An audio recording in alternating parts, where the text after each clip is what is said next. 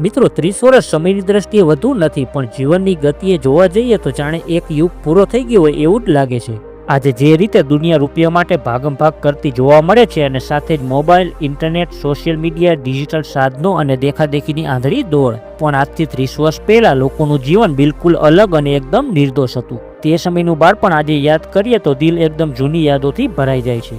આ વિડીયોમાં આપણે આજથી 30 વર્ષ પહેલા એટલે કે લગભગ 1990ના દાયકાની વાતો, બાળપણની મસ્તી, રમતો, ઘરની અને સમાજની રીતભાત, લોકોના જીવનનું મૂલ્ય, સંસ્કૃતિ, ગામ અને શહેરનો ફરક અને એ સમયની ઘણી જ યાદગાર વાતોને આજે જોવાના છીએ। તો વિડીયોમાં આગળ વધતા પહેલા મિત્રો, તમે હજી સુધી આ ચેનલને સબસ્ક્રાઇબ નથી કરી તો હમણાં જ કરી દેજો, જેથી મારા દરેક યાદગાર અને જૂના વિડીયો તમે જોઈ શકો। મિત્રો, આજે તો બાળકો સવારે સ્કૂલ, બપોરે કોચિંગ, સાંજે ક્લાસ અને રાત્રે હોમવર્કમાં જ વ્યસ્ત રહે છે, પણ આજથી 30 વર્ષ પહેલા બાળકોનો એક દિવસ આજના બાળકો કરતાં ઘણો સરળ હતો, જેમાં સવારે સૂર્ય ઉગે તે પહેલા જ પક્ષીઓના કલરવથી આંખ ખુલતી, ઘરમાં રેડિયો પર ભજન કે સમાચાર સાંભળતા સાંભળતા દિવસની શરૂઆત થતી। ક્યારેક ચોમાસાના દિવસોમાં શાળાએ ન જવું પડે એટલે ભગવાનને પ્રાર્થના કરતા કે આજે ખૂબ વરસાદ પડે જેથી નિશાળે ન જવું પડે, તો ક્યારેક વળી બીમારીનું નાટક કરીને પણ નિશાળે ન જતા। દોસ્તો, યાદ છે ને, ત્યારે આપણી પાસે ભલે મોબાઈલ કે ઘડિયાળ નહોતી,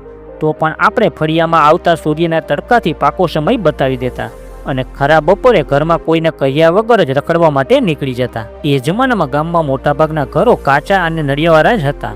લોકોના દિલની જેમ ત્યારે ફળિયા પણ ખૂબ જ મોટા હતા, જેમાં લોકો એમના પશુને અને એમના ઘાસચારાને રાખતા। રસોઈ માટે માટીના ચૂલા અને પીવા માટે માટલાનું ઠંડુ પાણી, જે પાણીને પીને આપણું મન તૃપ્ત થઈ જતું। અને સાંજના સમયમાં ઘરના બધા લોકો સાથે મળીને જમતા, અને ટીવી પણ ત્યારે કોઈકના ઘરમાં જ જોવા મળતા, જેમાં આવતી સિરિયલ અને ફિલ્મ જોઈને લોકો એમનું મનોરંજન કરતા। લાઇટ હતી પણ ક્યારે આવે અને ક્યારે જાય એનું કાંઈ જ નક્કી નહોતું, એટલે લોકો ત્યારે ઘરમાં આવા કેરોસીનના દીવા રાખતા। રાતના સમયમાં જ્યારે લાઇટ જતી રહે ત્યારે લોકો આવા દીવા અને ફાનસના અજવાળામાં એમનું ઘરનું કામ કરતા, તો પણ લોકો કોઈ ફરિયાદ કે ટેન્શન વગર ખુશી ખુશી એમનું જીવન જીવતા। આજના બાળકો તો મોબાઈલ અને લેપટોપમાં જ ખોવાઈ ગયા છે, પણ આજથી 30 વર્ષ પહેલા બધા બાળકો પોતાના ફળિયામાં, શેરીમાં અથવા ગામ નજીક આવેલા ખેતરમાં લખોટી, મોઈદાંડીઓ, કબડ્ડી, ખોખો, ક્રિકેટ, ઠીકરીદા, સંતાકુકડી જેવી ખૂબ રમતો રમતા, અને એમાંય જો રજાનો દિવસ હોય તો આખો દિવસ રમવામાં જ નીકળી જતો, અને ક્યારેક તો રમવામાં એટલા મશગુલ થઈ જતા કે સાંજ પડે તો પણ ઘરે જવાની ખબર ન પડતી, એટલે ઘરેથી મમ્મી સાવરણી કે વેલણ લઈને બોલાવવા માટે આવતા અને સાવરણીનો પ્રસાદ પણ મળતો। આજે પણ એ દિવસો યાદ કરીએ તો આંખમાં આંસુ આવી જાય છે। અને મિત્રો, યાદ છે ને, જ્યારે ઉનાળાનું વેકેશન આવતું ત્યારે આપણે ધમધકતા તડકામાં પણ સાયકલ લઈને ફરવા માટે નીકળી જતા, અને ક્યારેક તો ઘરે કીધા વગર જ ગામ નજીક આવેલા નદી કે તળાવમાં નહાવા માટે પહોંચી જતા। દોસ્તો, મને આજે પણ યાદ છે, માં જ્યારે ઉનાળાના દિવસોમાં કાચી કેરીનું આથણું બનાવતા ત્યારે એ આથણાને તડકામાં સૂકવતા, તો છાનું માના એમાંથી પણ કેરી ગોતીને ખાઈ લેતા, અને રાત પડતા દાદા દાદી સાથે અગાસી કે ફળિયામાં ખાટલા નાખીને સૂઈ જતા, અને દાદી પાસેથી ભૂત અને રાજા રાણીની વાર્તા સાંભળતા, અને આકાશના તારા ગણતા ગણતા ક્યારે આંખ બીચે જતી એની ખબર જ ન પડતી। મિત્રો, ત્યારે ઉત્તરાયણની પણ એક અલગ મજા હતી, કેમ કે ઘરેથી ત્યારે એક પણ રૂપિયો પતંગ લેવા માટે ન મળતો, એટલે કોઈકની કપાઈ ગયેલી પતંગ પકડવા માટે ગામના છોકરા આમથી આમ આખા ગામમાં હળિયું કાઢતા। આવી મજા આજના ટેકનિકલ યુગમાં નથી આવતી। દોસ્તો, યાદ છે આ રમકડું? જ્યારે આપણે 7મ 8મના મેળામાં ફરવા માટે જતા ત્યારે આવા ઘણા રમકડા લેવા માટે આપણે રોતા અને પરાણે આવા રમકડા લેવડાવતા।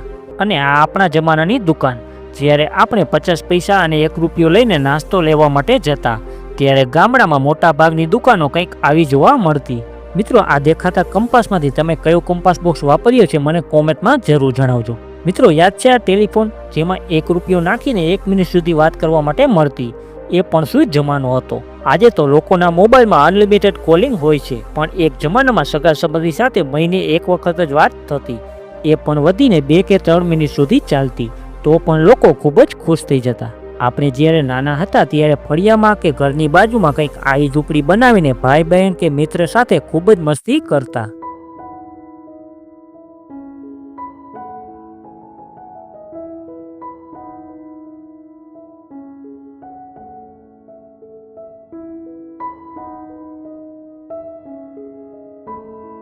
મિત્રો, આમ તો આપણા બાળપણની યાદો ખૂબ જ લાંબી છે, જેને વાત કરવામાં આખો દિવસ પણ ઓછો પડે, એટલે વધુ યાદો ફરી ક્યારેક બીજા વિડીયોમાં। આ વિડીયોને અહીં જ પૂરો કરીએ. ફરી મળીએ આવા જ એક બીજા વિડીયોમાં.